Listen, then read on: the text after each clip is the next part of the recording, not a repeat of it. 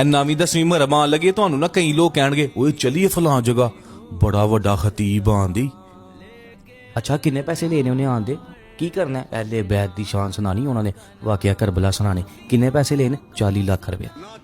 ਪੂਰੇ ਪਾਕਿਸਤਾਨ ਨੂੰ ਮੇਰਾ ਚੈਲੰਜ ਹੈ ਕਿ ਕੋਈ ਬੰਦਾ ਸਾਬਤ ਕਰੇ ਕਿ ਸ਼ੀਆ ਦਾ ਕੋਈ ਬੰਦਾ ਬੱਸ 'ਚ ਡੱਬਾ ਲੈ ਕੇ ਵੜਿਆ ਹੋਵੇ, ਅਸੀਂ ਮਜਲਿਸ ਕਰਵਾਉਣੀ ਹੈ ਸਾਨੂੰ ਪੈਸੇ ਦਿਓ, ਅਸੀਂ ਲੰਗਰ ਕਰਵਾਉਣਾ ਹੈ ਸਾਨੂੰ ਪੈਸੇ ਦਿਓ, ਜਾਂ ਕਿਤੇ ਗੱਲਾਂ ਲਾ ਕੇ ਖਲੋਤਾ ਹੋਵੇ ਜੀ ਸਾਨੂੰ ਪੈਸੇ ਦਿਓ।